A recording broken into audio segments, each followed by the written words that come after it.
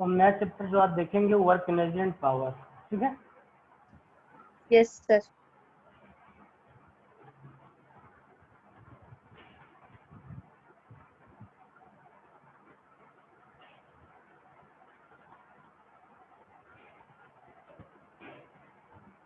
In this first topic we have work. First we will see work in detail and then we will correlate this with energy and power, ठीक है। अच्छा, अब उससे पहले मुझे कुछ चीजें बताओ कि आपको पता है कि नहीं कि vector product and scalar product क्या होते हैं। सर स्केलर प्रोडक्ट और वेक्टर प्रोडक्ट बताने हैं। नहीं पता है, ओके। अच्छा, scalar and vector quantity sir क्या बस होती है? उसका यूज। कोई बात नहीं, नहीं पता तो बताएंगे यहाँ पे हम। स्केलर एंड वेक्टर क्वांटिटीज क्या होती हैं? सर जैसे मैंने ना पीछे यूज करे थे चैप्टर में आई कैप, जे कैप और के कैप, ऐसे करके a इंटू बी करके सॉल्यूशन निकालते थे। अच्छा, कोई बात नहीं, हमें सिंपल बताओ कि स्केलर क्वांटिटीज क्या होती हैं, वेक्टर क्वांटिटीज क्या होती हैं।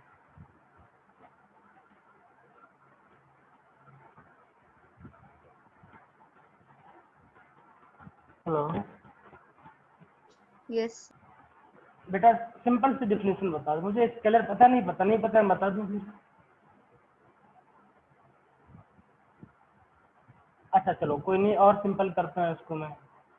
डिस्टेंस क्या है, स्केलर है या वेक्टर है? सर डिस्टेंस स्केलर होगा शायद।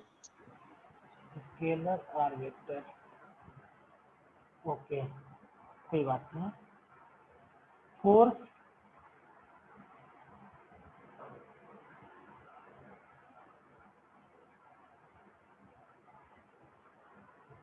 देखो सबसे पहले, देखो सबसे पहली चीज फिजिक्स में तो हमको यही जानना चाहिए कि क्वांटिटीज हमारी कौन सी है, क्योंकि दोनों क्वांटिटीज का जो ऑपरेशन होगा बिल्कुल डिफरेंट होगा, ठीक है। जो आपकी स्केलर क्वांटिटीज होंगी वो सिंपल आपका अलजेब्राइक ऑपरेशन फॉलो करेंगी, यानी उनको आप डायरेक्टली आप प्लस माइनस कर सकते हो, ऐड सब्ट्रैक्ट कर सकते हो। लेकिन जो वेक्टर क्वांटिटीज होंगी वो स्पेशल ऑपरेशन फॉलो करेंगी, उनको आप डायरेक्टली ऐड या सब्ट्रैक्ट या मल्टीप्लाई या डिवाइड नहीं कर सकते हो। all those quantities all those quantities all those physical quantities actually, when I'm talking about quantities I mean physical quantities, okay। All those quantities okay sir. having magnitude only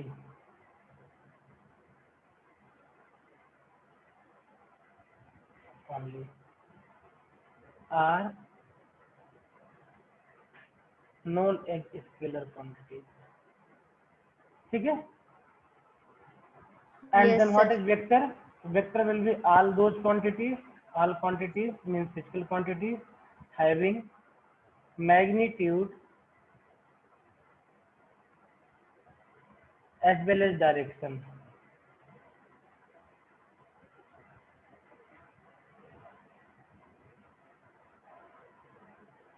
are known as vector quantities. Here we have taken two examples. Sir यहाँ पर magnitude से मतलब क्या होता है? जैसे direction तो हमें पता है, north south Okay, east west कौन सी हम okay, दे रहे हैं। बता रहे हैं वो भी बता रहे हैं।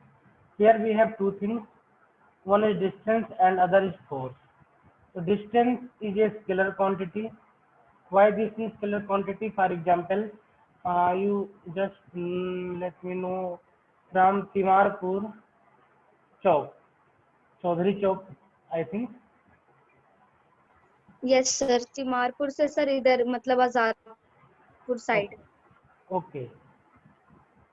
From Timarpur to metro,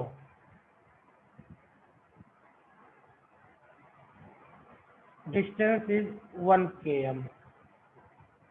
Okay. Okay sir. Here 1 is magnitude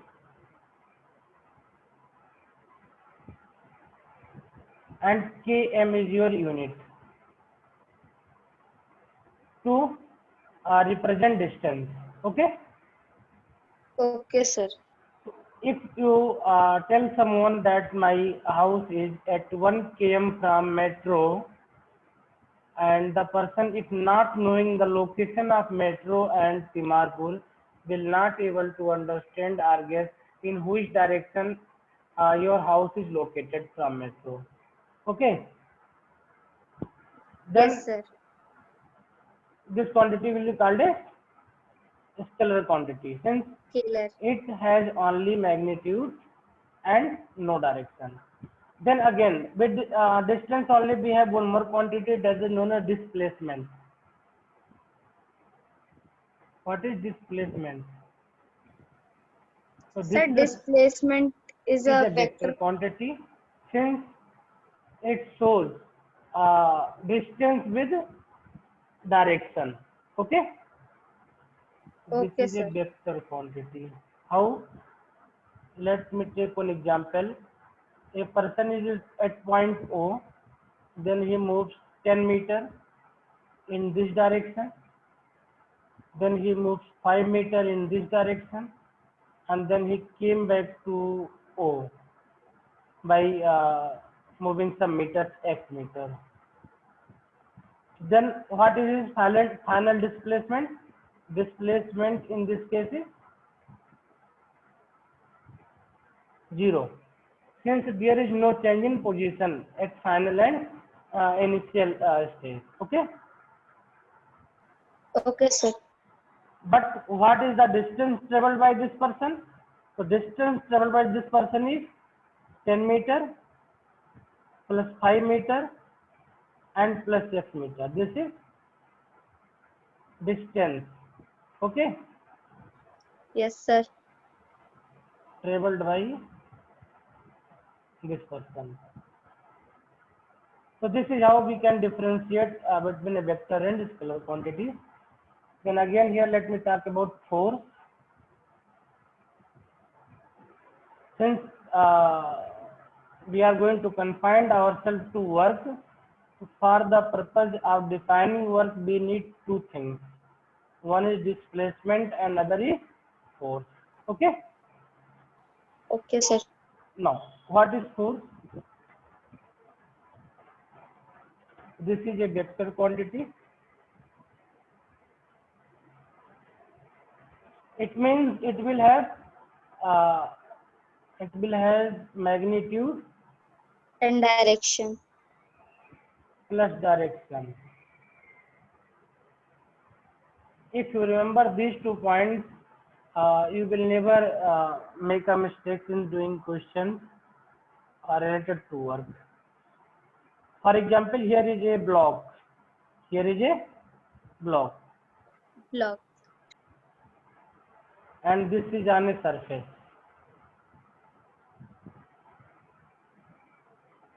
Okay. Now, someone wants to pull this. Then what will be the direction of force?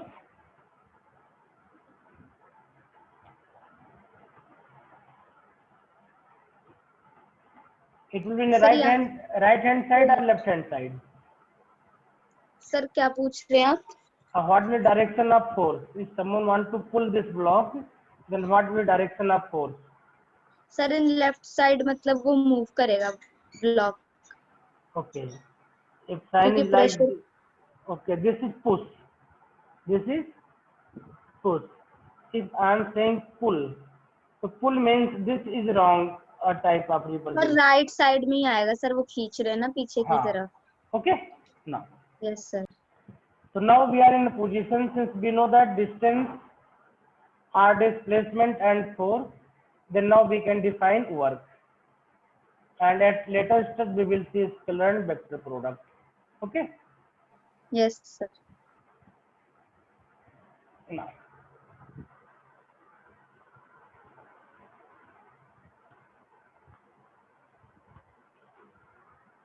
what is general meaning of work?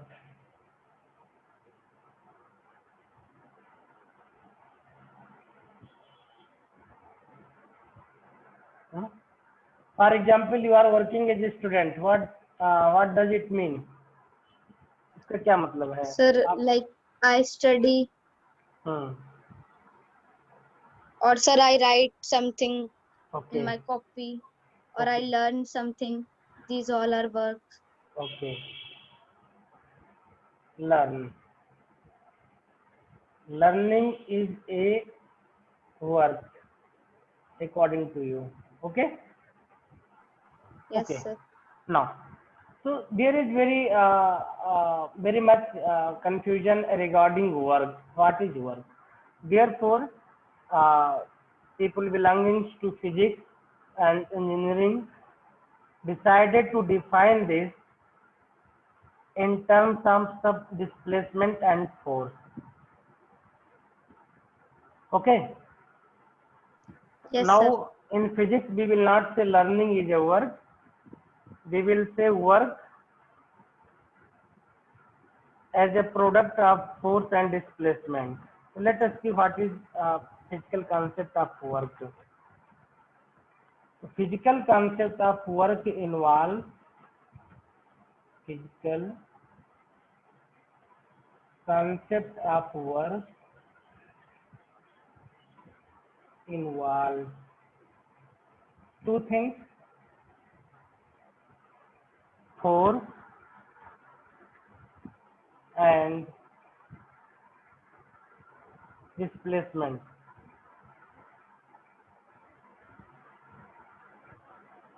Force and Displacement. in learning, uh, what is force and what is displacement? Can you find out? I No, think sir. no. Learning is different from it. Yes. So that is mental work. Huh? One can say that is Yes, mental sir. work. But in physics and chemistry, it means basically in engineering, we have to confine ourselves to physical work. Okay? Physical work. Physical work or physical concept of work involves two things: force and displacement. Okay? Now, sir जैसे ये learning वगैरह physics में आके फिर ये work में नहीं include होते? नहीं, ये सब वर्क नहीं है. Okay sir. ठीक है, ये सब वर्क नहीं है. एक एग्जाम्पल और छोटा सा मैं ले लूं. आप अपने घर पे ही अपना बॉक्स उठा करके सर पे रख करके खड़े रहो 1 घंटे तक, 1 आवर तक. ठीक है, आपको थकान तो महसूस होगी, आपको लगेगा नहीं आप उसको लेकर खड़ी रहे. आप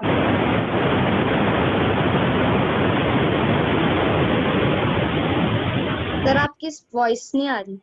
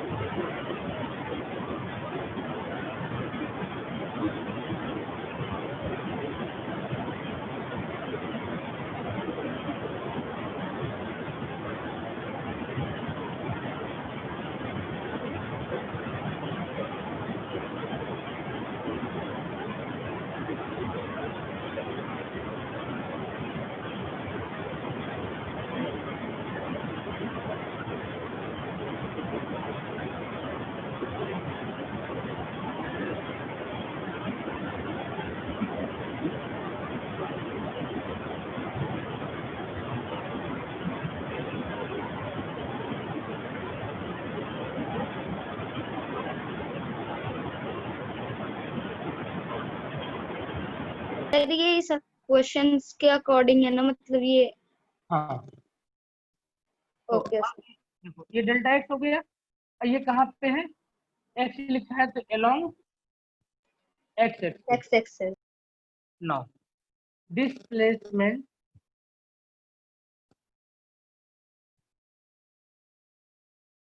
along y एक्सिस कितना है 0, यस सर, क्योंकि नो फोर्स। डिस्प्लेसमेंट हुआ नहीं है।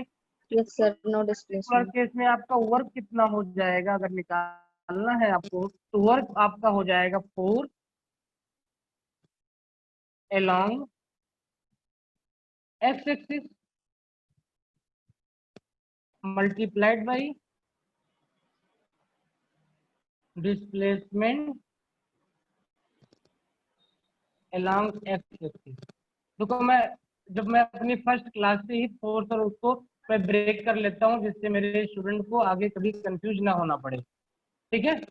Yes sir. बाकी लोग इसको एफ इंटू कॉस थीटा निकाल के दिखाते हैं, फिर बताते हैं वेक्टर प्रोडक्ट है इसलिए कॉस थीटा। नहीं, आप इसको जानो कि एक्चुअली में हो क्या रहा है। अगर आपको कॉन्सेप्ट क्लियर हो जाएंगे तो क्वेश्चन कितना भी तोड़ के मरोड़ के घुमा के कहीं से भी देगा, आपसे गलती नहीं होगी। क्लियर? यस सर, क्लियर है। एक्स एक्सिस क्या है बेटा आपका? Sir delta x. Force along F axis क्या है? Cos theta. F cos theta. और डिस्प्लेसमेंट कितना है? Delta x. तो वर्क कितना हो जाएगा आपका? F delta X cos theta. हो गया। Yes sir. Now what will work in perpendicular direction अगर निकालना चाहें हम तो work along y axis that means W Y, ये कितना हो जाएगा? Force along y axis into displacement along Y axis. y axis, ये कितना है? सर ये हमारा हो जाएगा F sine theta into zero. 0 हो जीरो। जाएगा। तो टोटल वर्क आपका कितना बचेगा यहाँ पे जो मिलेगा टोटल वर्क? वो क्या मिलेगा? सिर्फ डब्ल्यू एक्स मिल जाएगा। कितना आया था ये? X sir into F delta X cos theta. ठीक है। अब हमने इसको देखा F into delta X cos theta कहाँ से आया, क्यों आया। हमसे कोई पूछेगा तो उसे हम इजीली बता सकते हैं कि तुरंत हम ब्लॉक बना के बता सकते हैं कि ब्लॉक है, इस पे कोई पॉइंट पी पे कोई फोर्स एफ लग रहा था जो कि हॉरिजॉन्टल एक्सिस से एंगल थीटा बना रहा था। Since block was moving under force F cos theta, ठीक है, yes sir. and the displacement under force cos x cos theta was delta x. Therefore, we have worked equal to force into displacement. Clear? Yes sir, clear है। अब तो इसमें कोई doubt नहीं आएगा। No sir, नहीं आएगा सर। इसमें जैसे आपने ये ऐसे करवाए हैं, हाँ वो जैसे मतलब उस पे अगर कोई डिजिट भी आएगा तो ऐसे ही करना है ना? हाँ बिल्कुल, डिजिट रख के एफ की जगह पे 10 रख दो तो 10 cos थीटा हो जाएगा। वो अभी एग्जाम्पल करवाएंगे, इसके बाद तो देखेंगे, ठीक है। अच्छा, इसी ओके चीज सर। को एफ कॉस थीटा एक्स को क्या लिख सकते हैं? सिंपली हम इसको लिखते हैं vector F dot vector x. क्या लिखते हैं? F dot vector vector x, of. ठीक सर वो है। वेक्टर का मतलब वो होता है कॉस थीटा। नहीं, वेक्टर का मतलब कॉस थीटा नहीं होता है।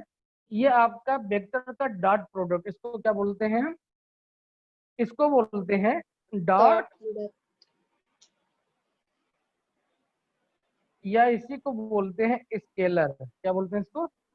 Scalar product. Scalar product of vectors.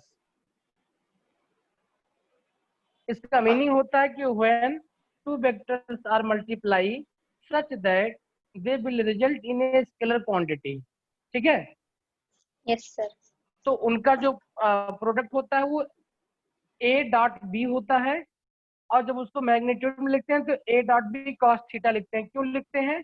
देखो, ये वेक्टर आपका ए हो गया, ये वेक्टर आपका बी हो गया, ठीक है। कहीं पे यस। आपको अगर कंसेप्ट क्लियर है तो आप हमेशा कभी आपको प्रॉब्लम नहीं होने वाली है। अब क्या करो आप इसका डॉट प्रोडक्ट निकालना। तो dot product is defined as, dot product of A and B is defined as vector A mod of vector a into projection of vector B on vector A, ये इसका डेफिनेशन होता है dot product का। तो projection में sir ये जो आपने प्रोजेक्शन वाली लाइन लिखी है वो बी वेक्टर के जगह लिखी है ना? हाँ, बी वेक्टर दिखा लगा, तो अब बी का प्रोजेक्शन निकालो। अगर ये एंगल थीटा है यहाँ पे, तो इस बी वेक्टर को ब्रेक कर दो। तो बी वेक्टर को ब्रेक करोगे तो बी वेक्टर का एक्स एक्सिस के लॉन्ग कंपोनेंट यानी वो ए के लॉन्ग कंपोनेंट कितना हो जाएगा? B B cos cos theta. Theta हो जाएगा। तो यहाँ पे इसकी जगह पे टर्म क्या आ जाएगा? पूरा पूरा आपका बी कॉस थीटा आ बी जाएगा। Cos theta. ये आपका mod A mod B cos theta, या इसको simply A B cos theta लिखते हैं, ठीक है। सर ये मेरे को मॉड का यूज करना बता दीजिए।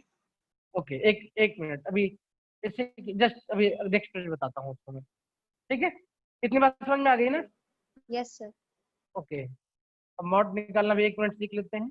बहुत सिंपल है। मॉड मॉड का मतलब मैग्नीट्यूड निकालना। Mod mean finding the magnitude. देखते हैं क्या है।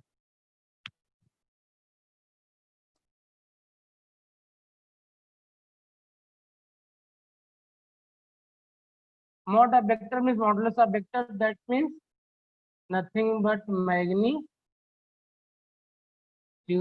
of a vector, ठीक है। अच्छा, तो मैग्नीट्यूड ऑफ वेक्टर जानना है तो मान लेते हैं कोई वेक्टर दिया हुआ है, वेक्टर ए ले लेते हैं, क्या ले लेते हैं? ए। ये आपका 2x आई प्लस 3y, हाँ इसको और सिंपल कर लो, इतना सबको करना, एक्स वाई लिख लेते हैं खाली, ठीक है। क्या दिया हुआ है आपका? 2x प्लस सर एक 3i, या इक्वेशन। इसको हम 2i प्लस 3y दिया हुआ, 3j दिया हुआ है, ठीक है। Yes sir, yes sir. तो अब अगर इस वेक्टर का मैग्नीट्यूड निकालना तो इसका पहले मीनिंग क्या है, पहले मीनिंग जानते हैं। अगर एक बार हम मीनिंग जाने हर चीज का तो फिजिक्स बहुत इजी हो जाती है। अगर हम मीनिंग ना जाने सिर्फ फार्मूला जान लें तो फिजिक्स बहुत टफ हो जाती है, क्योंकि आप कितने फार्मूले याद करोगे, कितने अप्लाई करोगे। 2x and 3y या 2i 3j का मीनिंग क्या हुआ कि x डायरेक्शन में 2 यूनिट आपको चलना है, कितना? 2 यूनिट। 2 यूनिट। और यहाँ से y डायरेक्शन में आपको 3 यूनिट चलना है। Okay sir. तो ये जो पॉइंट मिलेगी आपको P या ए, जो भी मान लो, इसको पॉइंट ए मान लिया हमने। ये जो पॉइंट ए मिलेगा, इस पॉइंट को ओ से जोड़ने पे जो वेक्टर बनेगा वही आपका वेक्टर ए है। क्लियर? Yes sir. अब हम क्या जानना चाह रहे हैं? हम इस लेंथ को जानना चाह रहे हैं, ओ ए लेंथ को जानना चाह रहे हैं। तो ये ओ ए लेंथ क्या हो जाएगी? तो एक कंस्ट्रक्शन कर डालो फटाफट यहाँ पे ऐसे। तो हमने पता था कि ये हमारा 2 यूनिट है, आइए हम 3 यूनिट चले थे, तो यहाँ पे सिंपल पाइथागोरस थ्योरम लगा दो। तो ओ ए कितना आ जाएगा बेटा आपका? ओ ए स्क्वायर, इसको नाम दे दो B, O B square plus A A B B square. Square. ये आपका 2 स्क्वायर प्लस 3 स्क्वायर, ये 4 9 ये 25 हो जाएगा, हो जाएगा। Yes sir 5। ओ आई 5 मिल गया। एक तो इसको यहाँ से बना करके मीनिंग जान करके निकाल लिया हमने, यही जानना सबसे इम्पोर्टेंट है। दूसरा क्या होता है, इसी का मॉड अगर निकालना है तो ऐसे क्या करते हैं, इसका अंडर रूट ले लेते हैं, और जो आई का कोफिशिएंट है, एक्स का कोफिशिएंट होता है, उसका स्क्वायर कर देते हैं, और प्लस जे का कोफिशिएंट होता है उसका स्क्वायर कर देते हैं। तो क्या हो गया? 4 प्लस, ना ना बेटा मिस्टेक हो गया, यहाँ तो 25 नहीं होगा, यहाँ 4 होगा। Yes sir.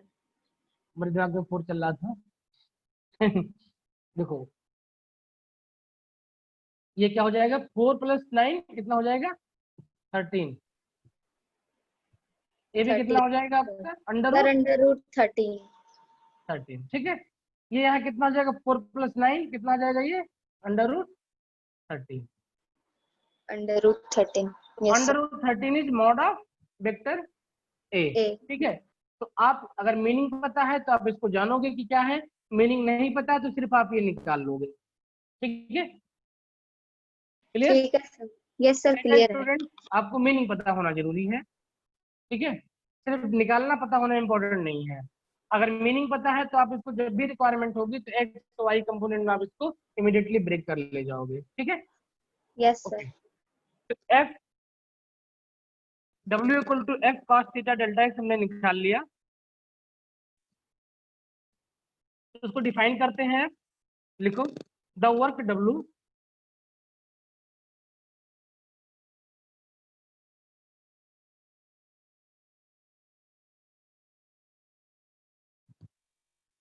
मैं यहाँ से वर्क की डिफिनेशन निकाल रहा हूँ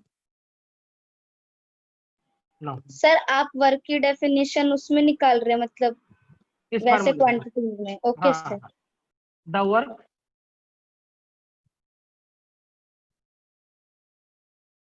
done by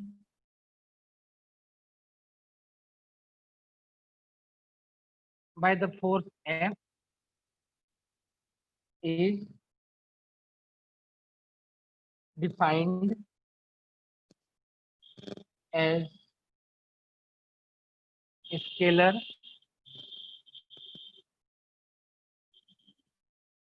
product of force F and displacement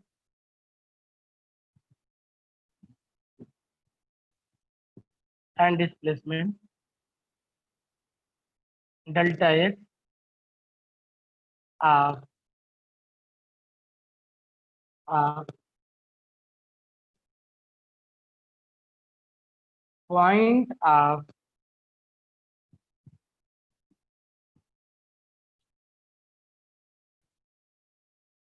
point of application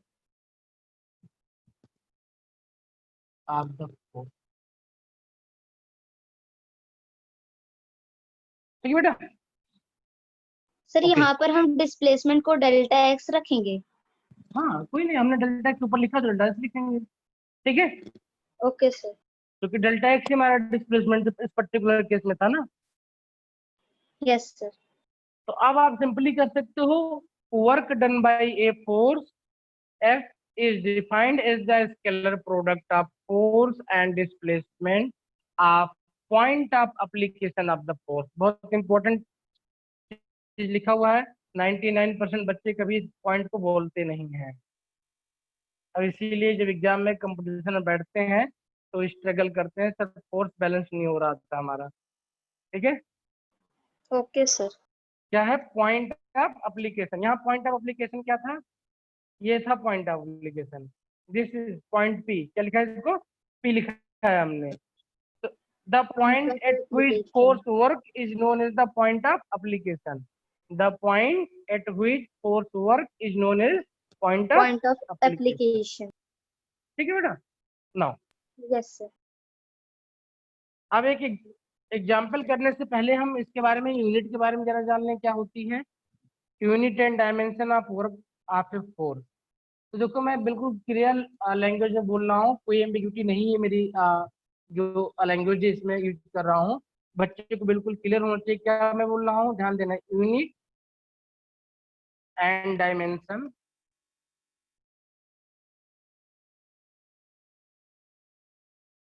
of work of a force.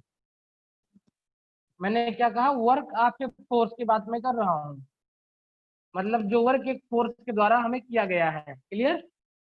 मैं यस सर। किसी मेंटल वर्क की या बाकी किसी और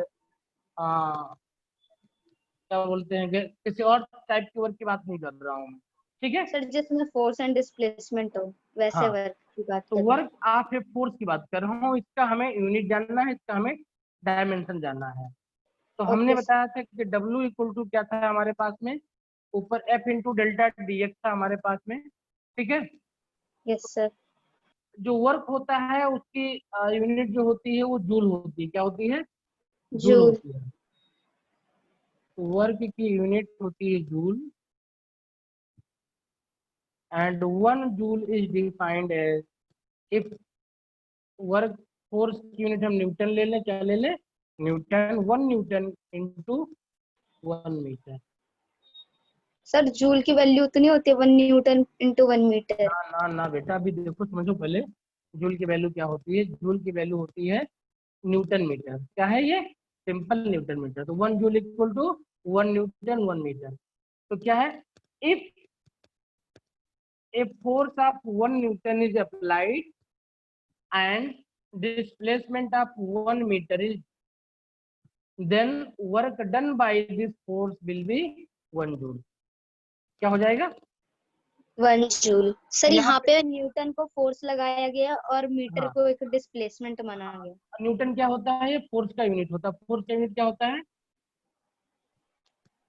ये न्यूटन होता है। न्यूटन। और इसको हम सिंपल एसआई यूनिट में क्या करते थे? ml स्क्वायर टी पावर या ml टी पावर -2, बताओ फटाफट। ये होता था, अगर हम एसआई यूनिट में करें तो क्या होता था? ये kilogram metre per second. Square. कैसे आता था ये? F equal to mass into acceleration. Mass का केजी होता था, एक्सिलरेशन का मीटर पर सेकंड स्क्वायर होता था। तो 1 KG 1 metre per second square is called A Newton. ठीक है, तो यस सर। किलोग्राम पर मीटर सेकंड स्क्वायर को सिंपली हम क्या बोलते हैं? न्यूटन। और इसको कैपिटल एन से रिप्रेजेंट करते हैं। Okay, okay sir. नाउ तो newton is, what is newton? Newton is nothing but this is kilogram metre per second square, और इंटू मीटर, मीटर ही होगा। ये 1 जूल इक्वल टू क्या बन जाएगा आपका? ये kilogram metre square upon second square हो जाएगा। तो यस अगर सर। हम जूल का डायमेंशन लिखें तो क्या हो जाएगा आपका? सिंपली डायमेंशन ऑफ वर्क, ये हो जाएगा किलोग्राम का m l power 2 t power -2 हो जाएगा। हो जाएगा, ठीक है। Yes sir. कहीं कहीं पे लोग इसको स्क्वायर ब्रैकेट में लिखते हैं, कहीं कहीं पे लोग डायरेक्टली इसको लिखते हैं ml स्क्वायर t पावर -2। तो आपको दोनों से परेशानी हो, दोनों ने कुछ भी लिखा है, दोनों आज की डेट में सही है। ठीक है, yes sir. This was the old method. जो आपके हार्डकोर लोग हैं उनकी चॉइस है कि इसको ब्रैकेट में लिखें, लेकिन अब क्या है, लोग फ्रीली इसको यूज कर रहे हैं। Clear? Yes sir clear. Okay, अब देखो इसी का यूनिट अगर मुझे सीजीएचएस में जानना हो तो क्या होगा? वर्क, सर वर्क, सीजीएस की फुल फॉर्म क्या? वर्क को क्या बोलते हैं जनरली हम एसआई यूनिट में? एसआई यूनिट में बोलते हैं इसको जूल। जूल। यस। यूनिट क्या है? जूल। जूल। सीजीएचएस में क्या है आपका? सीजीएचएस का मतलब होता है सेंटीमीटर ग्राम पर सेकेंड। एसआई यूनिट को एमकेएस सिस्टम बोलते हैं। क्या बोलते हैं? एमकेएस बोलते हैं, मीटर किलोग्राम सेकेंड। ठीक है, yes. System of international measurement. ठीक है, तो सीजीएचएस में अगर करें तो इसको क्या बोलते हैं? तो बेटा सीजीएचएस में आपका जो वर्क का यूनिट होता है उसको डायन बोलते हैं। क्या बोलते हैं? सॉरी, उसको अर्ग बोलते हैं। और अर्ग इज डिफाइन एज वर्क, अर्ग इज डिफाइन एज, जो फोर्स का यूनिट होता है वो डायन होती है, 1 डायन इंटू 1 सेंटीमीटर।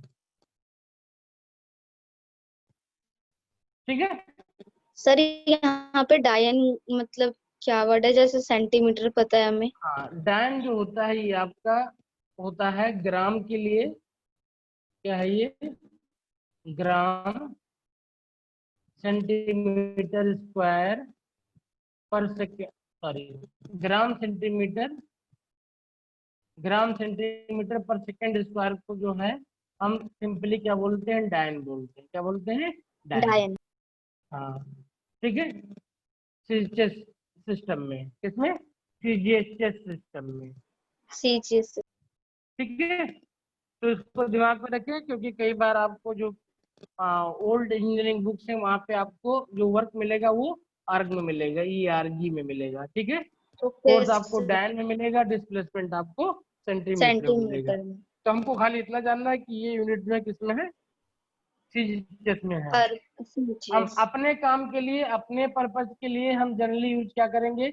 हम वर्क के लिए जूल यूज करेंगे, वर्क के लिए यूनिट जूल यूज करेंगे, फोर्स के लिए न्यूटन यूज करेंगे, जूल को सिंपली जे लिखते हैं, न्यूटन को सिंपली एल लिखते हैं, और डिस्प्लेसमेंट के लिए हम डेल्टा एक्स के लिए हम मीटर यूज करेंगे। क्या यूज करेंगे? मीटर। और इसको हम एक्स लिखते हैं या डेल्टा एक्स लिखते हैं, जैसी रिक्वायरमेंट हो हमें। क्लियर?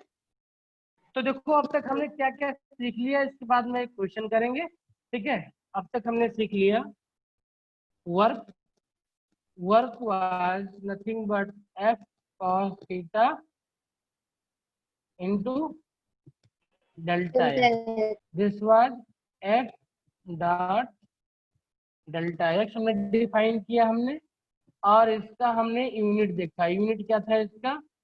इसका यूनिट जूल था। इसका यूनिट हमने जब यूज किया था न्यूटन। इसका यूनिट हमने यूज किया था metre. Simply newton metre is a joule. इसी का यूनिट अर्ग हो जाता है कब? जब हम फोर्स का यूनिट डाइन यूज करते हैं, और डेल्टा एस की यूनिट हम सेंटीमीटर यूज करते हैं। ठीक है?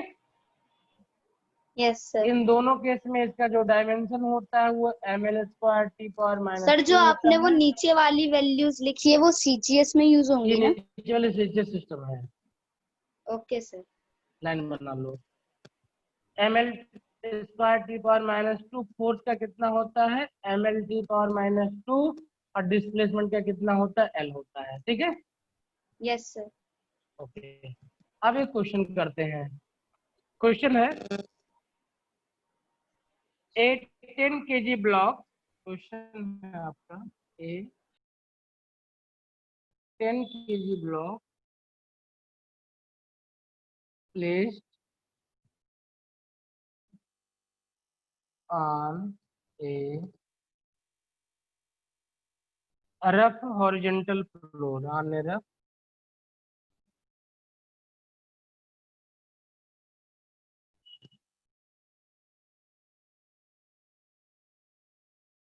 is being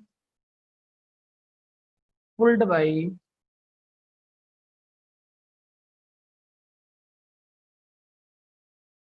a constant force 50N। 50N लिखा मतलब क्या हो गया? 50 न्यूटन। न्यूटन। ठीक है? ओके, सर यहाँ पे कांस्टेंट फोर्स से मतलब कांस्टेंट वो रहेगा ना? कांस्टेंट फोर्स का मतलब हुआ कि फोर्स इस पर्टिकुलर जो भी आप एक्सरसाइज करोगे इसमें चेंज नहीं होगी। ठीक है? Okay sir. क्योंकि अभी आगे केस देखेंगे जहाँ पे फोर्स आपकी वेरी करेगी। ठीक है? ठीक है। Constant force 50N, coefficient of kinetic,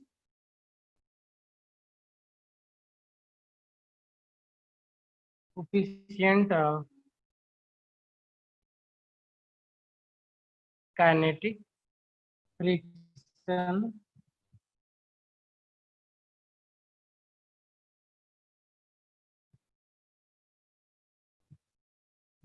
between the block and the floor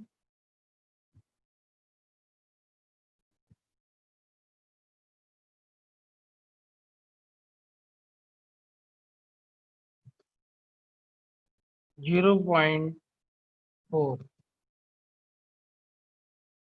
Find work done by each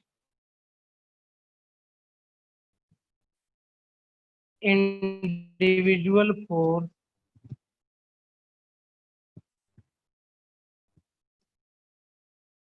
acting on the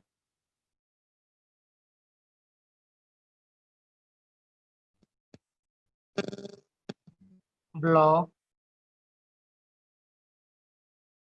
over displacement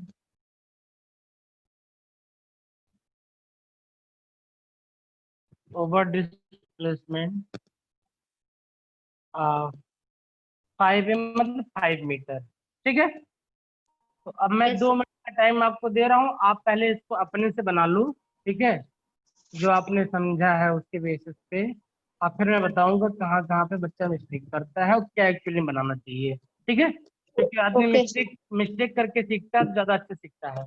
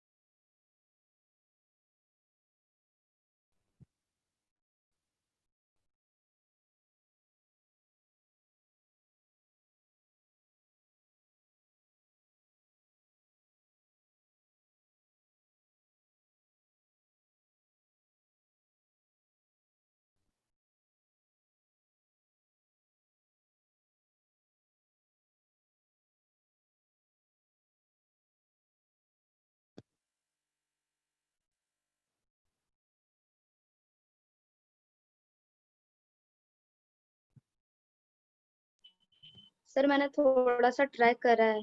कोई बात नहीं, कितना है? सर पहले तो मेरा आ गया 0.04 न्यूटन। 0.04 न्यूटन आ गया। क्या चीज है ये? सर ये मैंने वो निकाला था नॉर्मल रिएक्शन से, कॉफिशिएंट ऑफ फ्रिक्शन जो हमने पढ़ा था ना पीछे। अच्छा, चलो मैं बनाता हूँ इसको, देखो।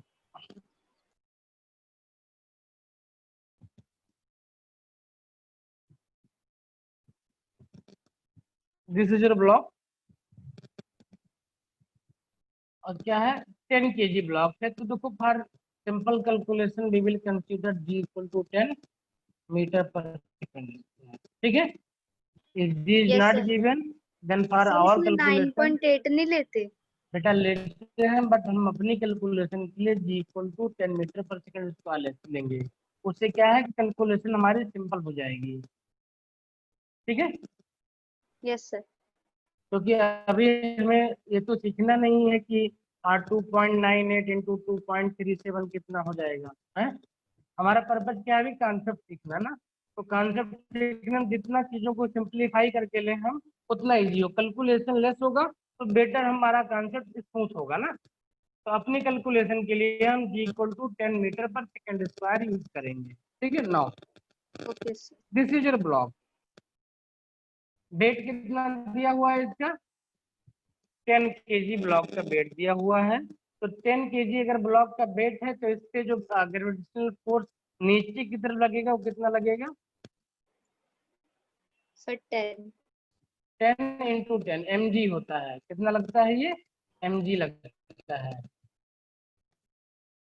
n equal to mg, mass of the body into g. ये 100 न्यूटन हो जाएगा। ठीक है, यस सर। तो उसको नोट कर लो, ऐसे एक एक चीज लिखते चले, उसको नोट करते चले यहाँ पे, क्योंकि लैंग्वेज लिखना बहुत जरूरी है क्वेश्चन में, नहीं तो फिर समझ में नहीं आएगा हमको। तो क्या है ये, force acting on the block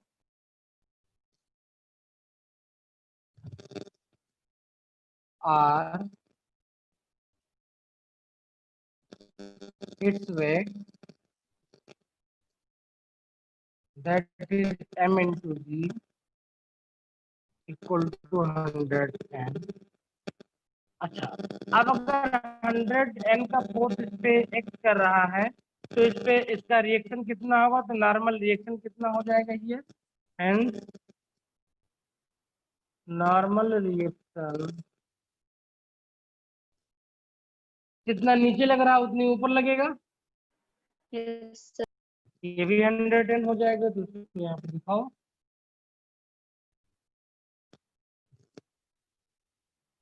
n equal to 100 Newton. दो फोर्स तो हमने दिखा दिया। ओके, नाउ नेक्स्ट पेज पे चले, ये ऐसे ही बनाए, नेक्स्ट पेज पे चलते हैं। Okay sir. सर मैं और नोट कर। हाँ, नोट नहीं किया क्या, कर लो पहले फिर आगे बढ़े। सर ये हो गया नोट, आप आगे चलिए। ओके, अब इस फिगर को मैं दोबारा उठा लाता हूँ यहाँ पे, हमने इसको मान लिया, इसमें कोई समस्या नहीं है। This is 100 and then normal force equal to also 100। Okay, and then we have applied a force, sir ये हर केस में होता है कि जितना फोर्स लगेगा हमें उतना ही लगेगा? मिलेगा, ठीक है। Okay sir. दिस इज, क्योंकि क्यों लगेगा ये, reaction will depend opposite sir of the third. magnitude of reaction and reaction will be same, ठीक है, बस डायरेक्शन चेंज होगा। Okay, now then we have kinematic friction, कितना लगेगा, 4।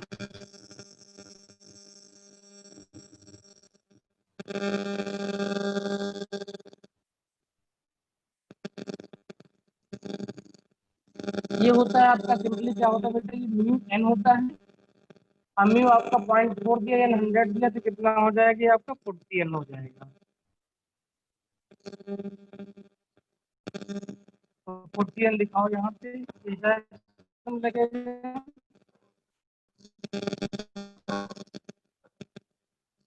and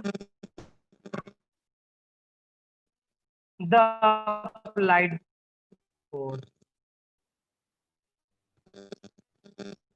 ये क्या हुआ आपको बेटा, sir 15 S equal to 50n दिया हुआ है, इसको यहाँ पे दिखा दो 50n।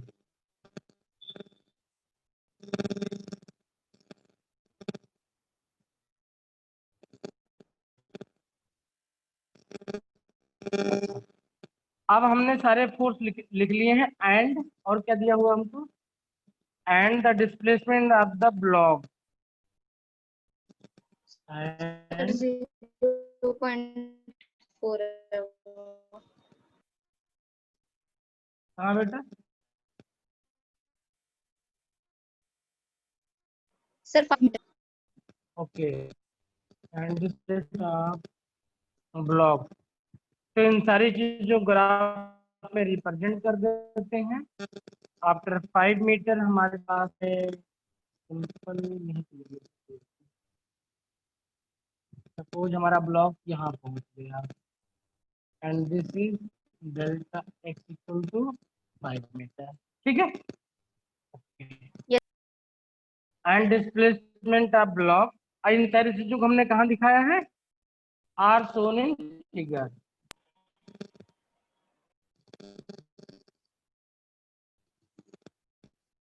तो 1 बाय 1 सारे फोर्स को निकालते गए हम, उनको यहाँ पे रिप्रेजेंट करते गए, और लास्ट में सारी चीजों को लिख दिया, तो क्या होगा, सारी चीजें डायग्राम में आ गई हमारे, ठीक है। हम चाहते तो सिर्फ यहीं पे इसको लिख करके बोलते हुए इस क्वेश्चन को 2 मिनट में सॉल्व कर दिए होते। ठीक है, लेकिन हमको सीखना है कि कैसे पूछे हम। Yes sir. ठीक है ना। अब जब ये हमने सीखा है तो हम सारा काम कर सकते हैं। तो कंसेप्ट क्या है? All these force are constant force, since all the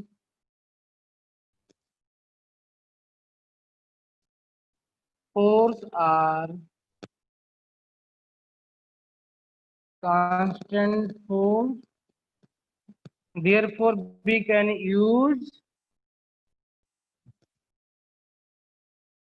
therefore हम क्या यूज कर सकते हैं? Simple W equal to F I D X, therefore we can use equation W initial to final, इसको आईटीएफ लिखते हैं। इसका मतलब होता है कि under force displacement of the object from I to S equal to force F into delta x। देख सकते हैं इसको? यस नाउ अब जितने फोर्स हैं उन सबके वजह से जो वर्क है, इंडिविजुअल वर्क निकालना है। क्वेश्चन में पूछा गया इंडिविजुअल वर्क पूछा गया है, तो जितने फोर्स लग रहे हैं सबका वर्क लिखता हूं मैं। तो लिखो यहाँ पे work done by W G. What is W G? Weight. Sir. Weight. WG that mean by the gravity, work done by WG means by the gravity भी काम करती है अगर आपका हॉरिजॉन्टल की बजाय वर्टिकल मोशन होता तो। ठीक है, yes sir. Work done by the gravity that is weight of block, इसको ऐसे that is due to weight of block. WG हो जाएगा, ये कितना हो जाएगा बेटा? 0 हो जाएगा। सर हेलो, यहाँ पे 0 कैसे हुआ? हाँ आप देखो, क्योंकि आपका ये फोर्स कहाँ पे लग रहा है? ये वर्टिकल डायरेक्शन में लग रहा है, यस और सर। वर्टिकल डायरेक्शन में आपका डिस्प्लेसमेंट कितना है? 0। 0। ये आपका ऐसा पूरा लिख लो। देखो इसको क्या लिखेंगे हम? ये आपका हो जाएगा 100 न्यूटन इंटू 0 इक्वल टू 0। ठीक है, क्योंकि देखो वर्टिकल में तो कहीं कोई मोशन हुआ नहीं ना। Yes sir. मोशन कहाँ पे हुआ है? सिर्फ सर हॉरिजॉन्टल मोशन हॉरिजॉन्टल। हुआ है। Okay, work done by WN क्या हो जाएगा? Work done by WN, WN means by the normal reaction, means WN by the normal reaction। इसको WN लिखेंगे, कितना हो जाएगा बेटा? ये भी 0 हो जाएगा क्योंकि ये भी अपवर्ड है, और यस अपवर्ड इस डायरेक्शन में कोई मूवमेंट नहीं है आपके पास में। Now work done by WF, work done by work done WF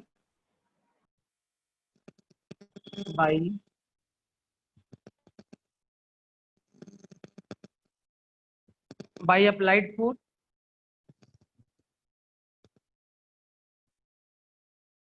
sir यहाँ पे F फोर्स के लिए यूज हो रहा है ना? हाँ, कभी भी जब आपका फ्रिक्शन वाला होता है इसलिए हमेशा स्मॉल एफ लिखते हैं। ठीक है, ओके डब्ल्यू सर। कितना हो जाएगा बेटा? ये आपका 50 N इंटू 5 मीटर, कितना हो जाएगा? ये आपका 250 जूल हो जाएगा। ठीक है, यस सर। ओके। इसी तरीके से work done W small f by the force of the kinetic friction,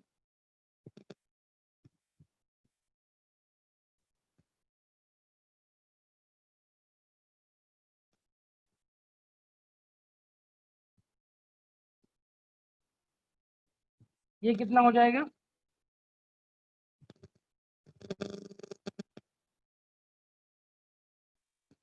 बताओ फटाफट, क्योंकि यहाँ पे एक छोटा सा कंसेप्ट लग रहा है, इसलिए मैं पूछना चाह रहा हूँ कितना हो जाएगा ये। सर 40। 40 n इंटू -5 मीटर, तो माइनस कितना हो जाएगा 200 जूल।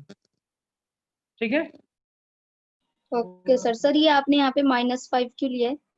बता रहे हैं क्योंकि दोनों का डायरेक्शन अपोजिट है ना, ये फोर्स किधर जा रहा है, इधर जा रहा है ना, यस सर। और डिस्प्लेसमेंट अपोजिट डायरेक्शन में हो रहा है। ठीक है, ओके सर।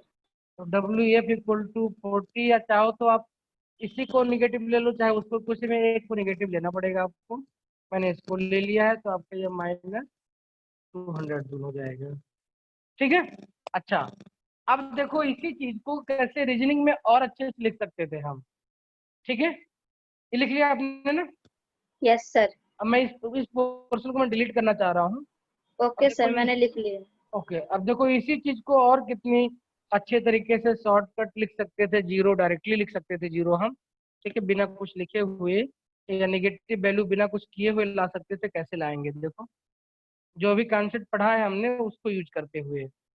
जो किसी भी काम करने के लिए आपको जितने ज्यादा मेथड आपको आएंगे उतना आपके लिए इजी होगा। देखो इसी डब्ल्यू जी को हम लिखते हैं जीरो, और ब्रैकेट में क्या लिखे हैं, ब्रैकेट में लिखे हम कि आपका फोर्स एंड डिस्प्लेसमेंट जो है जीरो, ब्रैकेट में लिखो in force M G is perpendicular to displacement delta x. और काश 90 वैल्यू कितनी होती है, काश 90 वैल्यू कितनी होती है बेटा, सर 0। जीरो। तो ये क्या हो गया आपका M G into delta x, cos 90 कितना हो जाएगा, zero. W N equal to zero लिखा, सिंस ऐसे ब्रैकेट में लिख दें हम, force N is perpendicular to displacement x. अगर ये लिख दिया तो हमसे कोई पूछेगा नहीं कि जीरो क्यों हुआ। ठीक है, ओके सर। Scientific notation. ठीक सर है, ये पेपर में यूज हो सकता है जैसे हमारे सीबीएसई में? बिल्कुल बिल्कुल बिल्कुल कहीं बीट कर सकती है, तो स्टैंडर्ड नोटेशन है। ठीक है, डब्ल्यू एफ, बल्कि टीचर और खुश होगा इसको देख करके। ठीक है, कि आपने सिर्फ इसको रटा नहीं है, आपने समझा है। डब्ल्यू एफ इक्वल टू आपने डायरेक्टली निकाल दिया था 250 जूल, और ब्रैकेट में आपने लिख दिया था since F is parallel to delta x. इसका मतलब directly F into x cos theta, zero हो जाएगा थीटा के वैल्यू, और कॉस जीरो वैल्यू कितनी होती है, 1 होता है। इसी तरीके से एफ इक्वल टू -200 जे लिखा आपने, और यहाँ पे लिखा आपने कि force of friction is anti parallel या अपोजिट टू, इसको ऐसे लिखते हैं अपोजिट डायरेक्शन को, डेल्टा एक्स। ठीक है, यस सर। क्लियर हो गया। तो अब जब अपोजिट हो जाएगा तो इनके बीच में एंगल थीटा कितना हो जाएगा, 180 डिग्री हो जाएगा। एंड cos 180 डिग्री की वैल्यू कितनी होती है बेटा, -1 होती है। ठीक है, तो W F equal to force of friction F cross, तो sorry, dot vector delta x से कितना बन जाएगा, F dot delta x cos 180 degree बन जाएगा। ये आपका simply minus F dot delta x बन जाएगा। समझ आ गया। Yes sir. तो इस तरीके से डिफरेंट डिफरेंट तरीके हैं इनको समझने का, इनको लिखने का और वर्क निकालने का। इस क्वेश्चन को बिना समझाए हमने जब भी बच्चों को दिया तो मैक्सिमम टाइम बच्चे आंसर पूरा नहीं निकाले हैं। तो क्वेश्चन देखो साफ साफ लिखा हुआ है, work done by individual forces, each individual force. Clear. Yes sir, clear है। ओके, एक क्वेश्चन और बना देते हैं इसी, तो उसके बाद में आज की क्लास समझ में आ रहा है। सर इसका आंसर वैसे क्या है, नेगेटिव में बस? इसका ये सर जो ये क्वेश्चन था। हाँ माइनस, हाँ नेगेटिव आएगा ना उसका, तो हमें खाली नेगेटिव शो कर रहे थे ना आपको हम। ये जो ओके। नेगेटिव लिखा है -200 जूल हमने, ये कहाँ से आया हुआ है। ठीक है, यस सर। तो कहाँ से आया हुआ है, क्योंकि फोर्स और डिस्प्लेसमेंट क्या है, दोनों अपोजिट अपोजिट। डायरेक्शन में है। ठीक है, ओके। ये क्वेश्चन नंबर है, समझ में आ रहा नहीं आ रहा है? यस सर, आ रहा है समझ। ओके, एक क्वेश्चन और करके देखते हैं जब। Let us test the concept again. Question है, a 10 kg block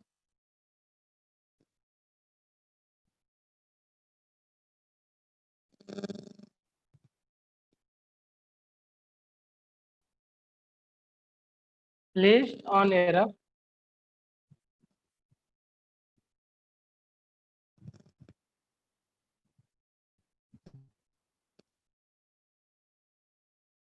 horizontal floor,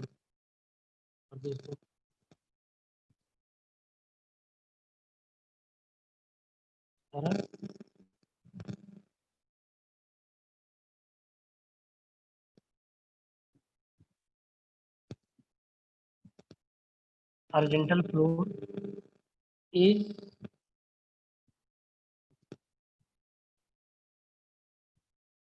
being pulled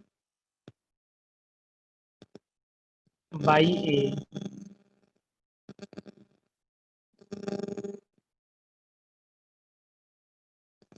constant force 100 Newton acting at angle 30 degree.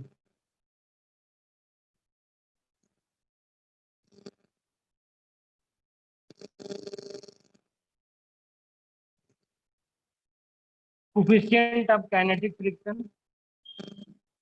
मैं सिंपली लिख दे रहा हूँ, पूरा हटा के लिख दो। सर ये आपने 37 डिग्री लिखा है ना? हाँ, coefficient of kinetic, ये क्वेश्चन AIEEE 2003 में आया हुआ था, ठीक है। और सर उस टाइम पे बोर्ड का पेपर था सर ये, या फिर जेई वगैरह? जैसे अभी आपका जी मेंस होता है, वैसे यस सर। पहले AIEEE होता था, ठीक है, all okay India sir. Engineering entrance exam. पहले जी एंड AIEEE नीट के एग्जाम जो है अलग अलग होते थे, जो NIT इंस्टीट्यूट है, अच्छा तो सर। वहाँ पे क्वेश्चन आया हुआ था। Coefficient of kinetic friction,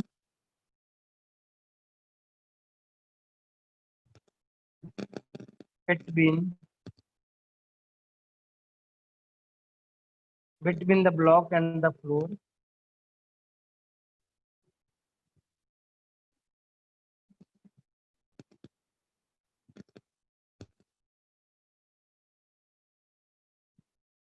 is 0.5.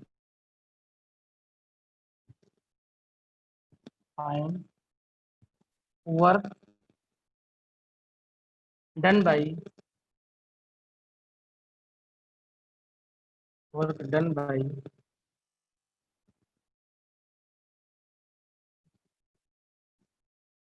each individual forces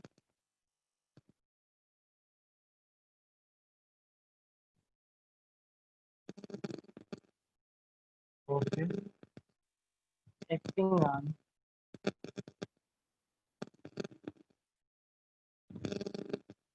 the block over displacement of 5 meters. Acting on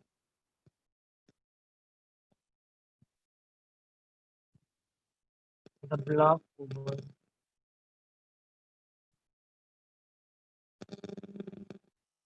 displacement of 5 meters.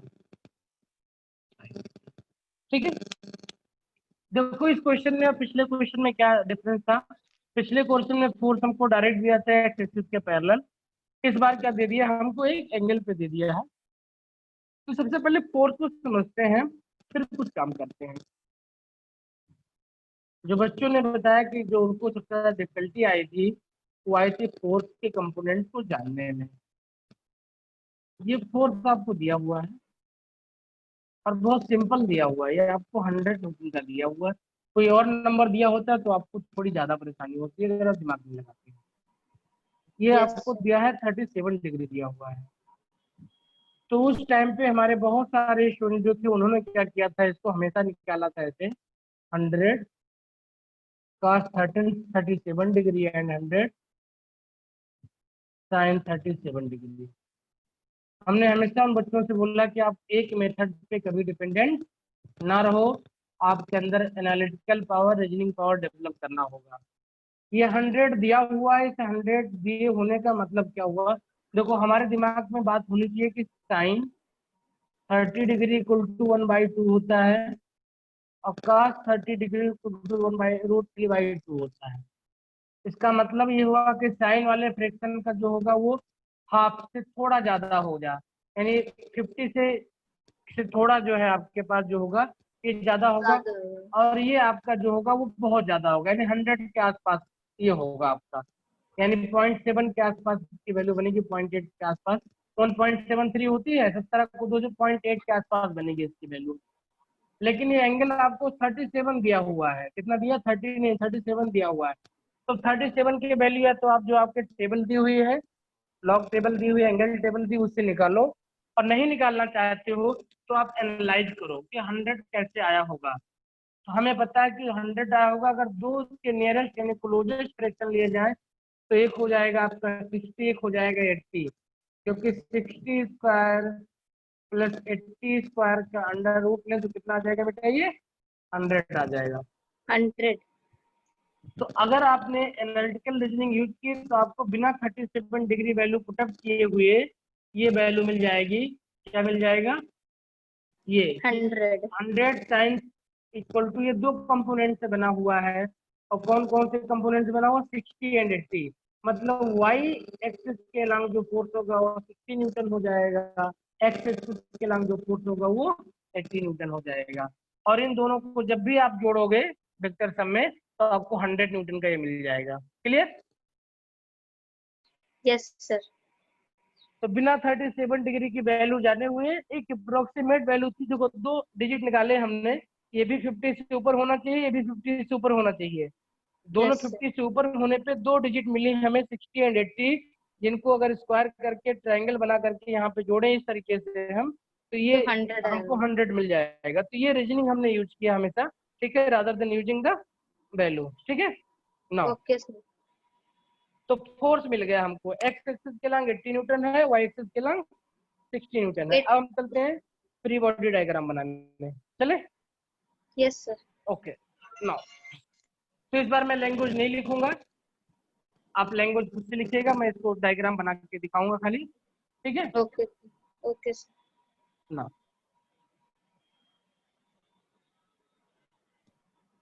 This is your block,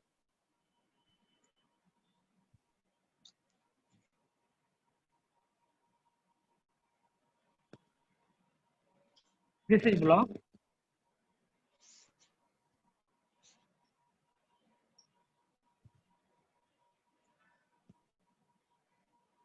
here force of 100 Newton. Let me break the force first of all. This was 60 Newton, and along this was 80 Newton. 80 Newton. ठीक है, हमने force को सबसे पहले break कर लिया। अब देखते हैं इस ब्लॉक का मास कितना है? 10 kg था, तो इसका वेट यस कितना हो सर। जाएगा? 10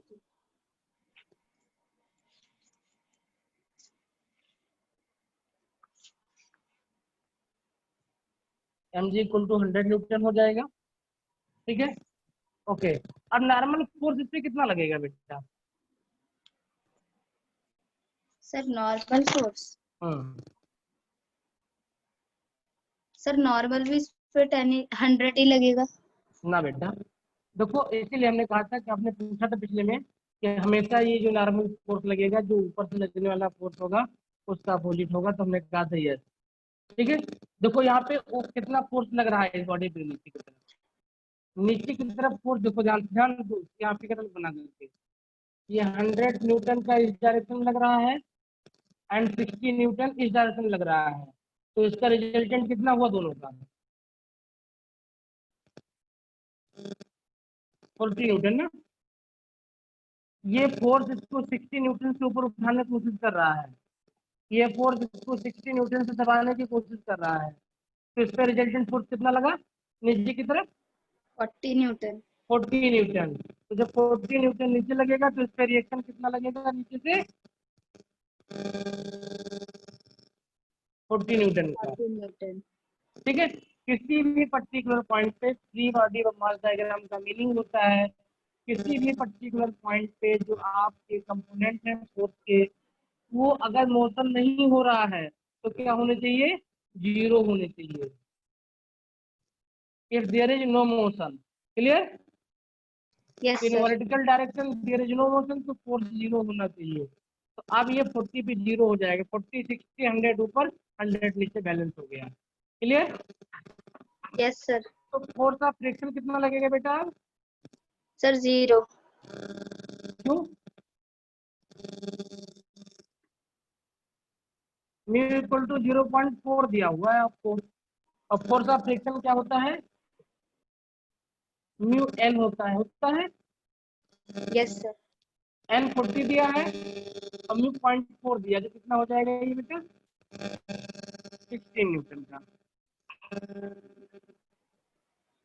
ये आपका बन गया डायग्राम। डिस्प्लेसमेंट कहाँ किया है, इसलिए यहाँ से यहाँ किया है 5 मीटर, ठीक है। सर आपकी वॉइस क्रैक हो रही है। हेलो, अब आ रही है। हाँ सर अब क्लियर है। ये आपका हो गया इसका बॉडी डायग्राम।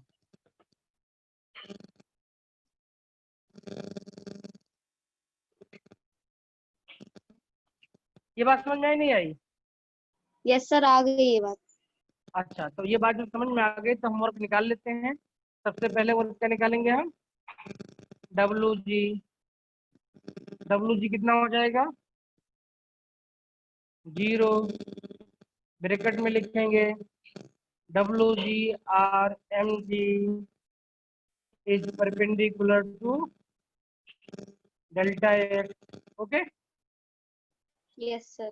then WG निकालने के बाद में WN निकालेंगे हम,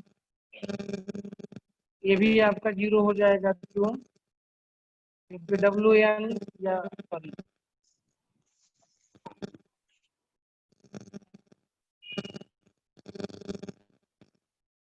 फोर से रखो यहाँ पे,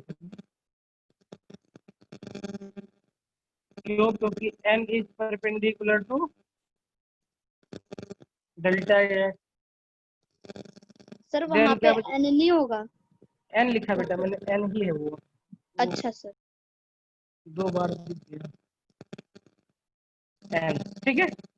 देन डब्ल्यू एफ क्या हो जाएगा आपका,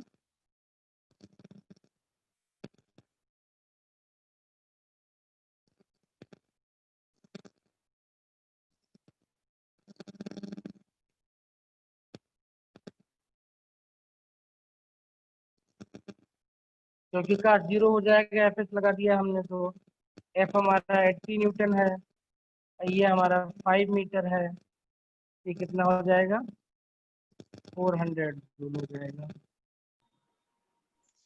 एंड डब्ल्यू एफ कितना हो जाएगा, डब्ल्यू एफ हो जाएगा हमारा एफ एक्स। सर ये आप 2 बार WF किसका निकालते हैं? एक ये बार 80 पहले का, एक बार n का, मतलब एक बार cos और एक बार sin का। ना बच्चा, ये फ्रिक्शन वाले का है डब्ल्यू एफ। अच्छा सर। वे फ्रिक्शनल फोर्स लगा, देखो कितने फोर्स लग रहे हैं इस पे, this is force number 1, this is force number 2, this is your force number 3 and this is your force number 4, और ठीक है। 4 फोर्स में तो 4 वर्क मिलेगा आपको, वही निकाल रहा हूँ मैं। ये 1 हो गया था, ये 2 हो गया, ये आपका 3, this is work due to applied force and this is work due to kinetic friction, ठीक है। Yes sir. ये कितना हो जाएगा, force F into delta x हो जाएगा, ये फोर्स एफ डेल्टा एक्स का 180 डिग्री हो जाएगा, इक्वल टू आपका simply minus F into delta x हो जाएगा। एफ कितना है 16 newton into 5 metre equal to minus 80 newton, sorry 80 joule.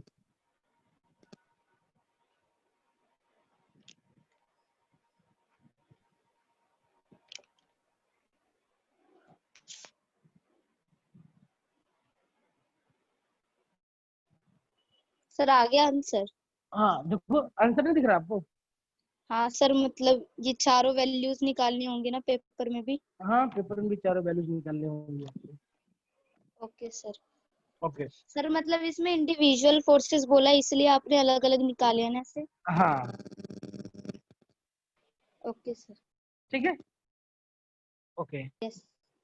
अब इसके बाद में आपका बचता है लीनियर मोशन, लेकिन उससे पहले मैं एक छोटा सा पॉइंट बता दूं आपको, जिससे आप एनजाइटी या बाकी जगह अगर क्वेश्चन करना चाहो तो वो भी आप कर सकते हैं। वो क्या होता है कि W इक्वल टू आपका क्या था, vector F into delta x था ये। It was F into delta X cos theta. अगर ये फोर्स आपके टू डायमेंशनल फोर्स और डिस्प्लेसमेंट दोनों हो तो क्या होता है, मान लो अगर आपका फोर्स F इक्वल टू दिया हो एक्स आई वाई जे जेड के, इसको मैंने x1 कर दिया, y1 कर दिया, z1 कर दिया, ठीक है।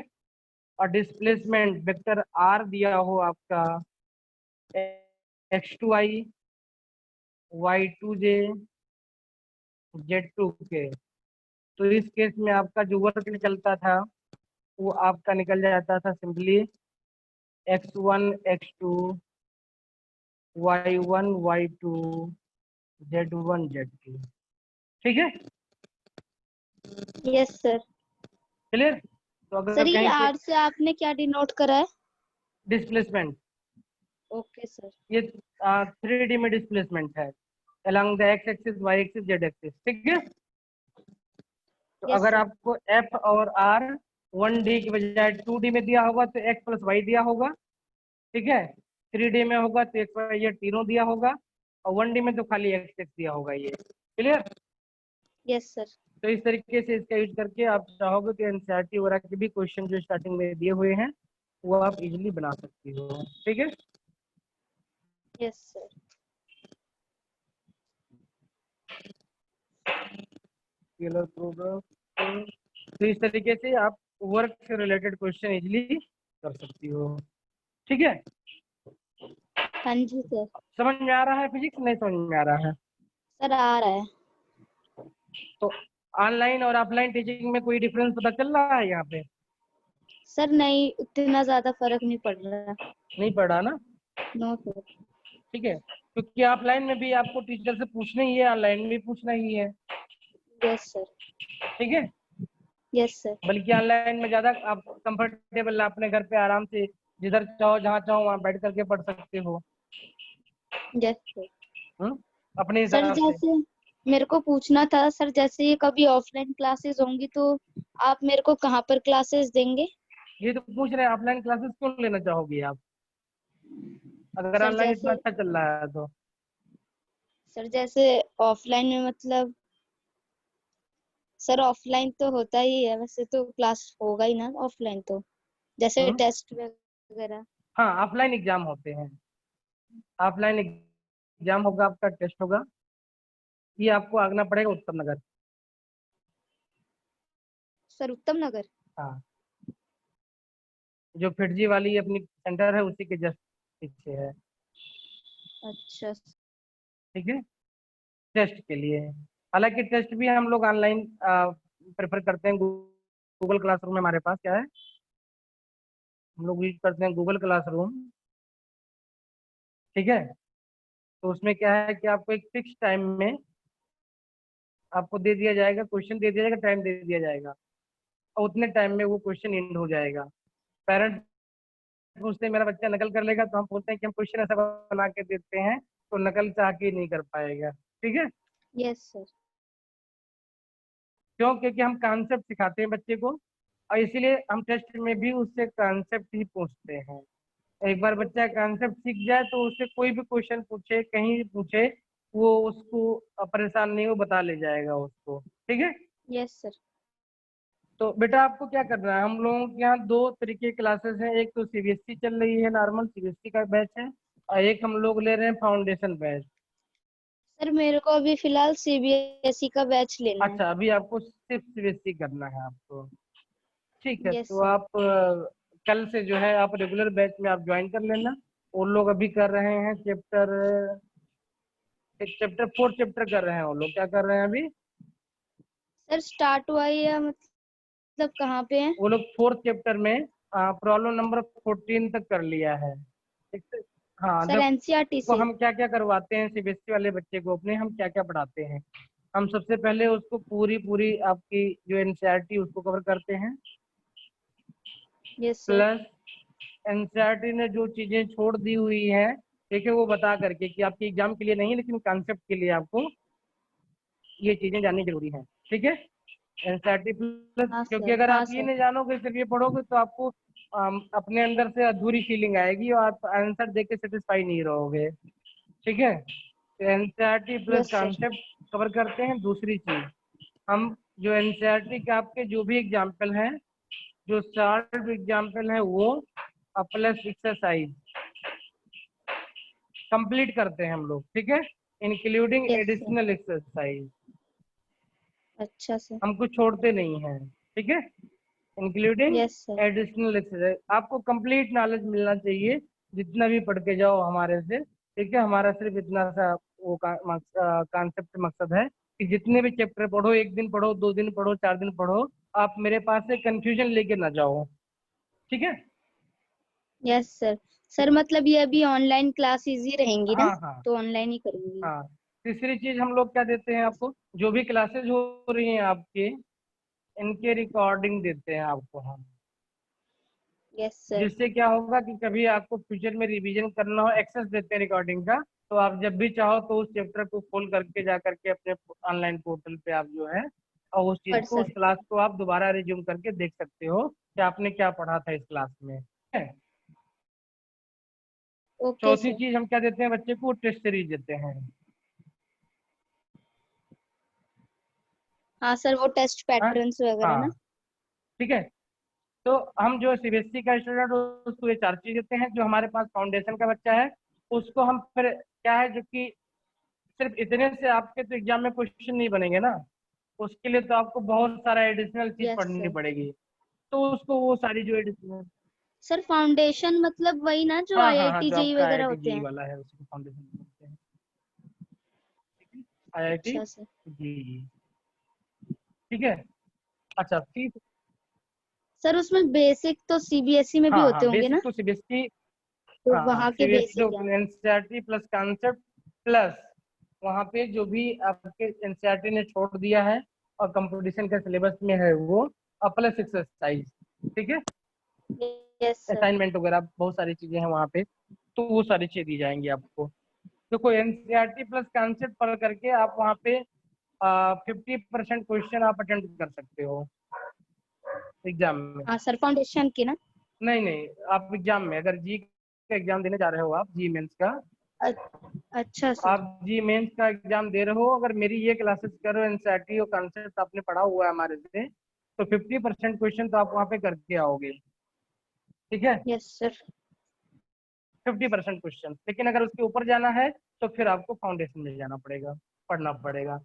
ठीक है, सर जैसे लेकिन ये 11th में अभी हम बोर्ड से ले रहे हैं या फिर हम फाउंडेशन चेंज करना चाहे तो बैच हो हाँ सकता है? हो सकता है, लेकिन क्या होता है फिर आप बच्चे आपको मेहनत ज्यादा करनी पड़ती है। मेहनत क्या करनी पड़ती है, देखो, यस सर। जो आपका सिलेबस है जी मेंस का, पहले एग्जाम का पैटर्न जानो, पहले क्या जी मेंस है, जी एडवांस। ठीक है, जी मेंस यस में सर। आपको जो आपके एनआईटी हैं, National Institute of Technology, for example TTU in Delhi, ठीक है, एनएसटी इन यस दिल्ली, तो सर। यहाँ पे जी मेंस के थ्रू एग्जाम मिलता है। और जो बच्चे जी मेंस में क्वालिफाई करते हैं, ठीक है, इनके जो टॉप परसेंटाइल्स होते हैं बच्चों के, उनको सीधे एंट्री मिलती है जी एडवांस में बैठने के लिए। ठीक है, यस आपको सर। जी मेंस क्वालिफाई करने बाद में जी एडवांस में बैठने की एलिजिबिलिटी मिल जाती है आपको। ठीक है, जी एडवांस से आपको आईआईटीज में एडमिशन मिलता है। कहाँ मिलता है? आईआईटी में, आईआईटी। जैसे यहाँ पे आईआईटी दिल्ली है, दिल्ली में। ठीक है, तो अगर आईआईटी यस जाना सर। है तो आपको जी एडवांस क्रैक करना पड़ेगा। अगर आपको एनआईटी जाना है तो जी मेंस जाना है। प्लस एनआईटी के अलावा बहुत सारे प्राइवेट इंजीनियरिंग कॉलेज हैं। कौन से प्राइवेट इंजीनियरिंग कॉलेज हैं जो कि इसके स्कोर प्लस आपका 12th का परसेंटेज दोनों को मिला करके आपको जो है एडमिशन देते हैं वो। ठीक है, तो आप सर मतलब एनआईटी के लिए हमें मेंस और अपने 12th के बोर्ड पे काम हाँ, करना अगर पड़ेगा। एनआईटी में जाना है तो मेंस और 12th के बोर्ड पे काम करना है पड़ेगा आपको। ठीक है, यस अच्छा सर। अब क्या करना है, आप पढ़ते कैसे हैं। अगर आपने सिर्फ सीबीएसई हमारे यहाँ लिया तो सीबीएसई में हम आपको पूरी पूरी NCERT, complete NCERT plus concept booster board के क्वेश्चंस। प्लस कॉन्सेप्ट बूस्टर, दो चीजें देंगे आपको यहाँ पे हम, और साथ में टेस्ट सीरीज एक्सरसाइज वगैरह। तो ये इसके हेल्प से आप 50% क्वेश्चन करीब करीब मेंस में कर ले जाओगे। क्या कर ले जाओगे, 50% क्वेश्चन सर मेंस में आप मेंस कर के ले क्वेश्चन। जाओगे। और इस 50% के रिजल्ट की वजह से आपको अच्छा प्राइवेट कॉलेज मिल जाएगा। ठीक है, यस गवर्नमेंट सर। तो नहीं मिलेगा लेकिन अच्छा प्राइवेट कॉलेज आपको मिल जाएगा इस सिर्फ इतने से। लेकिन आप एडवांस में नहीं कर पाओगे क्वेश्चन, एडवांस में आप हार्डली 25 से 30% क्वेश्चन बना पाओगे।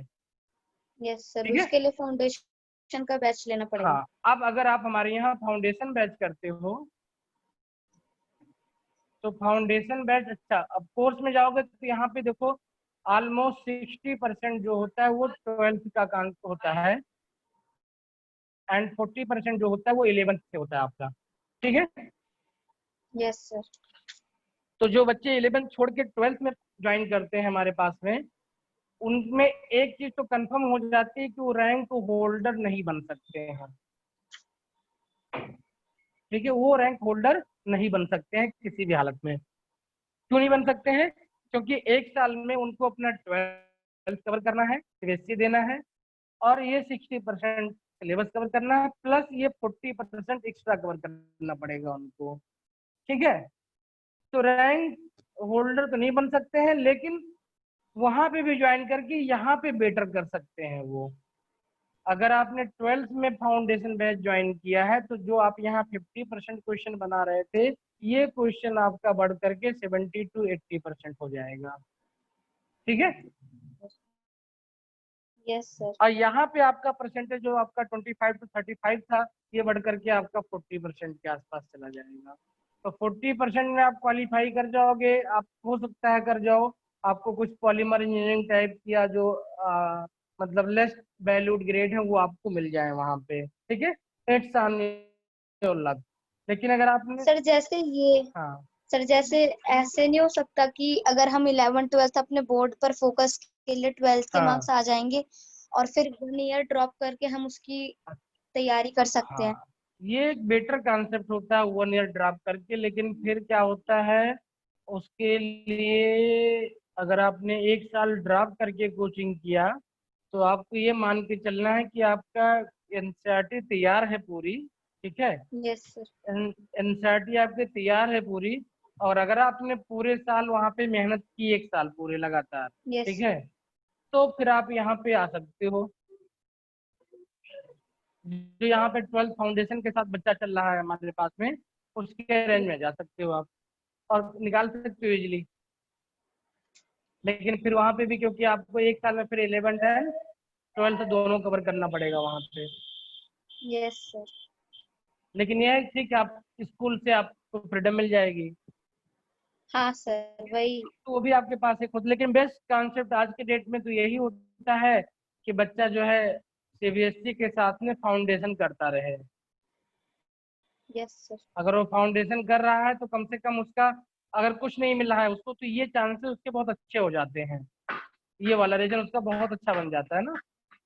अगर आपने 11 12 दोनों फाउंडेशन कर लिया है तो ये आप जो मेंस में आप यहाँ पे कर ले रहे हो 70 to 80%, ये आपको गवर्नमेंट कॉलेज दिला देगा यहाँ पे। ठीक है, सर जैसे फाउंडेशन की मतलब जैसे फाउंडेशन होता है तो उसमें एनसीईआरटी के बेसिक्स होते हैं। हाँ एनसीईआरटी के बेसिक्स होते हैं बट एनसीईआरटी तो आपके सिलेबस में हार्डली 10% इम्पोर्टेंस रख रहा है फिर यस वहाँ सर। पे। एडवांस में जो एनसीईआरटी है, ठीक है, उसकी जो इम्पोर्टेंस वो हार्डली 10% है। ठीक है, यस मेंस में आप देखोगे तो आपके 30% से 40% ये कवर कर ले जाओगे यहाँ पे। क्लियर? Yes sir. तो जब भी कोई आदमी एडवांस आपको पढ़ाएगा, तो जब एडवांस पढ़ाएगा, देखो आपको कोई चीज डिटेल में अगर पढ़ाया जाएगा, जैसे मान लो अभी आपने 4th चैप्टर में पढ़ा होगा रेक्टिलिनियर मोशन, 1 डायमेंशन में पढ़ा होगा आपने, ठीक है। उसी में आपको आगे कर्व मोशन पढ़ना है।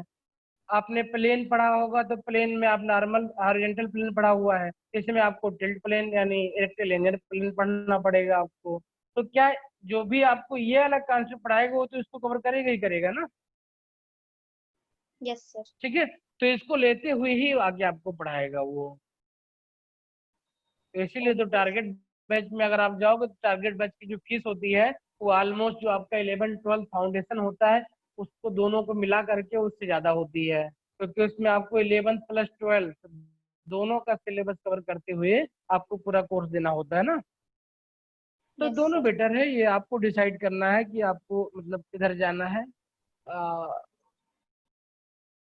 अमूमन अगर आप अभी फाउंडेशन ज्वाइन करते हो तो आपके लिए कम से कम ये वाला रीजन बड़ा अच्छा हो जाएगा कि जी मेंस आपका इजली अपेयरिंग में निकल जाएगा, तो आपको आगे ड्रॉप करने की और प्रिपरेशन करने की रिक्वायरमेंट नहीं पड़ेगी। Yes sir. हम्म, ठीक है सर, मैं देखती हूँ, पापा से बात करूंगी। ठीक है, ठीक है। तो फिर कल से मैं आपको लिंक भेज दूंगा रेगुलर क्लास के लिए, सीबीएसई वाले। Okay sir. सर लेकिन वहां पे जो आपने बैक चैप्टर्स भी करवा दिए होंगे ना औरों को? हाँ, बैक चैप्टर करवाया हुआ है मैंने। सर वो मेरे कैसे कवर होंगे फिर? आ, देखेंगे अगर प्रॉब्लम आएगी तो कुछ, अगर कोई नया बच्चा स्टार्ट और करेगा, अगर 1-2 बच्चे और नए आएंगे तो उनका एक अलग से ग्रुप बना करके हम पीछे वाला चैप्टर कवर कर लेंगे। Okay sir. ठीक है। सर क्योंकि अभी ना मैं हाँ केंद्रीय विद्यालय में हूँ ना, तो हाँ। यहाँ पे मतलब 20 अगस्त के बाद से वैसे टेस्ट होंगे, तो इसीलिए मेरे को आगे के कुछ चैप्टर्स प्रिपेयर करने थे। ओके,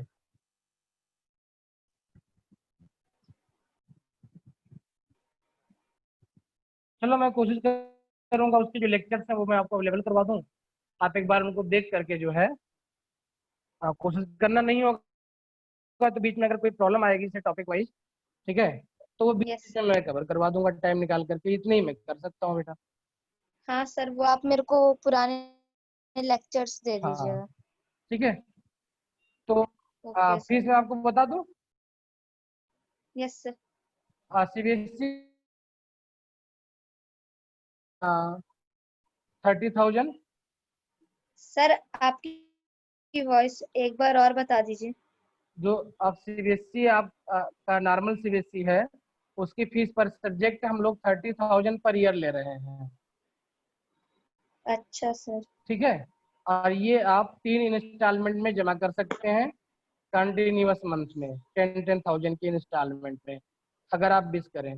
अगर आप इसको वन टाइम पेमेंट करना चाहें तो ये आपका 27,000 हो जाएगा 10% डिस्काउंट के साथ में। अच्छा ठीक है, सर। सर जैसे ये आपने 27 बोला, तो इसमें हमारी ओनली पूरी 11th ये कवर आपकी होगी ना? पूरी 11th कवर होगी, आपको पूरा दिया जाएगा। जो भी आपकी गूगल क्लासरूम के रिसोर्सेज हैं, सारे सारे लेक्चर्स जो पीछे के हैं आगे के हैं, उनका पूरा पूरा एक्सेस आपको दिया जाएगा इसमें। Okay sir. Sir only for physics हाँ, ना? ओनली फॉर फिजिक्स चाहिए। Okay sir. ठीक है, यस सर। अगर आप 2 सब्जेक्ट ज्वाइन करना चाहते हैं, फिजिक्स और केमिस्ट्री, हेलो, हाँ सर। फिजिक्स प्लस केम के लिए है, उसके लिए 50,000 है। अच्छा सर। 2 सब्जेक्ट पे 50,000 है हमारे पास में। ठीक है। सर ये सीबीएसई से है ना? हाँ, सीबीएसई का है बेटा। अगर आप फाउंडेशन के लिए जाना चाहते हो तो 1 सब्जेक्ट का 50,000 है और 2 सब्जेक्ट का 90,000 है। सर आप मेरे को वैसे केमिस्ट्री की भी एक तो वीडियोस प्रोवाइड कर सकते हैं, क्योंकि मैंने क्लास तो ली नहीं है, तो मैं वैसे देखूंगी। देखो आपको जब एक्सेस मिलेगा, आपको आईडी पासवर्ड मिलेगा, तो मैं कोशिश करूंगा कि मैं आपको केमिस्ट्री के एक्सेस करूँ। आप केमिस्ट्री की एक डेमो क्लास लेके देखो श्री सर से। सर मेरे पास टीचर का नंबर नहीं है एक्चुअली। आप कहो तो मैं अरेंज करवा देता हूँ क्लास। यस सर, एक क्लास करवा दीजिए। ठीक है, मैं बात करके जो है करवा देता हूँ। ये सर आपके वहीं विजयनगर में रहते भी हैं, कहाँ पे ये? विजयनगर में रहते हैं। Okay sir. कैंप के पास है ना, कैंप के पीछे। सर जीटीबी नगर। हाँ, जीटीबी नगर के पीछे का एरिया। Okay sir. ठीक है। Okay sir. सर अभी ना हाँ आधे घंटे बाद मेरे फादर आपसे बात कर लेंगे। हाँ हाँ बेटा, बिल्कुल बात करो। ठीक है सर। ठीक है, थैंक यू बेटा। Good good evening sir. Good evening.